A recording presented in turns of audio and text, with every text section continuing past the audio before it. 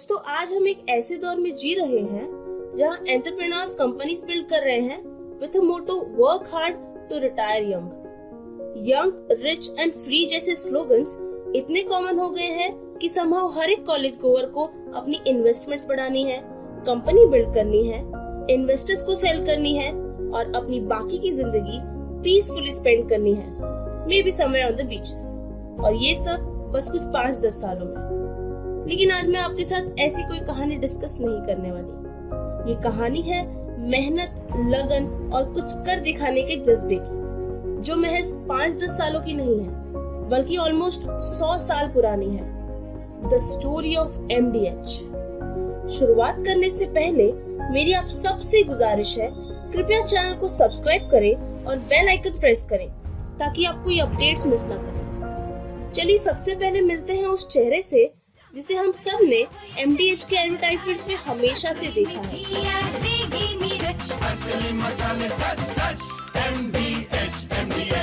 महाशय धर्मपाल गुलाटी जी, जिन्हें मसालों का राजा भी कहा जाता है।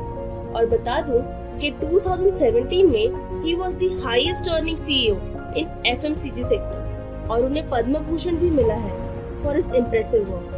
97 इयर्स के धर्मपाल जी ने अपनी पहुंच केवल देश में ही नहीं बल्कि देश के बाहर भी बनाई है, लेकिन उन्होंने इस मुकाम पर पहुंचने के लिए काफी मुश्किलों का सामना किया है। उनका जन्म मार्च 27, 1923 में सियालकोट में हुआ था, जो अब पाकिस्तान में है।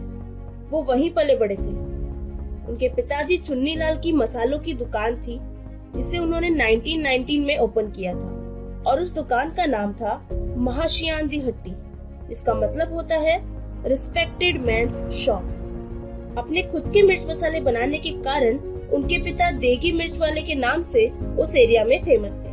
1933 में, यानी कि जब धर्मपाल जी 10 साल के थे, वे 5th स्टैंडर्ड में फेल हो गए। उनका मन पहले से ही पढ़ाई में नहीं लगता था, लेकिन इसके बाद तो उन्होंने पढ़ाई से अपना नाता ही तोड़ दिया। लेकिन उनके पिताजी उन्हें काबिल बनाना चाहते थे, इसलिए उन्होंने धर्मपाल जी को कोई न कोई हुनर सिखाने की ठानी। सबसे पहले पिताजी ने उन्हें लकड़ी का काम सिखाने के लिए कारपेंटर के पास भेजा, लेकिन 8 महीने काम करने के बाद उन्होंने वहां जाना बंद कर दिया। फिर उन्हें चावल की फैक्ट्री पे काम लगाया और उसके बाद कपड़ों की। 15 साल की उम्र तक आते आते धर्मपाल जी कपड़ों से लेके हार्डवेयर तक कई काम करके छोड़ चुके थे। आखिरकार उनके पिताजी ने उन्हें अपनी ही दुकान पर बिठा दिया और वे वहां मिर्च मसाला पीसने का काम सीखने लगे। सब कुछ ठीक चल ही रहा था कि 1947 में पार्टीशन हो गया और सियालकोट पाकिस्तान का हिस्सा बन गया। पार्टीशन के बाद देश में दंगे भड़क उठे, जिनमें कई हिंदुओं को जान से मार दिया गया, कई की दुकानें लूट ली गई और उन पर अनेकों अत्याचार किए गए। ऐसे समय में वहां रह रहे हिंदुओं में असुरक्षा की भावना घर कर गई और उन्हें रातों रात पाकिस्तान छोड़कर भागना पड़ा। धर्मपाल जी भी सियालकोट छोड़कर भारत आने के लिए निकल पड़े। जिस ट्रेन से वे भारत आ रहे थे उसमें लाशें ही लाशें बिछी थी, लेकिन जैसे तैसे वो अमृतसर पहुंचे और कुछ समय तक वहां रेफ्यूजी कैंप में रहे। फिर वे दिल्ली के लिए रवाना हो गए, जहां उनकी बहन रहती थी। धर्मपाल जी के पास कुल 1500 रुपए थे, जिसमें से 650 का उन्होंने तांगा खरीद लिया, लेकिन ज्यादा समय तक वो ये काम नहीं कर पाए। आखिरकार थे तो वो बिजनेसमैन ही। उन्होंने तांगा बेच दिया और मिले हुए पैसों से करोल बाग में एक छोटी सी दुकान खोल दी और उस दुकान में उन्होंने अपने मसालों का पुश्तैनी धंधा फिर से शुरू किया। अपनी इस दुकान का नाम उन्होंने महाशियान दी हट्टी सियालकोट वाले रखा। कभी सियालकोट में अच्छी खासी दुकान चलाने वाले धर्मपाल उस छोटी सी दुकान में ही पूरी मेहनत से मसाला और मिर्च कूटने का काम करने लगे। धीरे धीरे उनकी मेहनत रंग लाने लगी। जैसे जैसे लोगों को पता चलता गया कि ये वही सियालकोट के देगी मिर्च वाले हैं, वे उनकी दुकान पर मसाले खरीदने आने लगे। साथ ही उनके बनाए गए मसालों की क्वालिटी इतनी अच्छी थी कि लोगों का भरोसा उन पर बढ़ता गया। अखबारों में दिए गए एडवर्टाइजमेंट्स की वजह से भी उनके बनाए मसाले मशहूर होने लगे और उनका बिजनेस बढ़ता चला गया। देखते ही देखते 1953 में उन्होंने चांदनी चौक में एक और दुकान रेंट पे ले ली।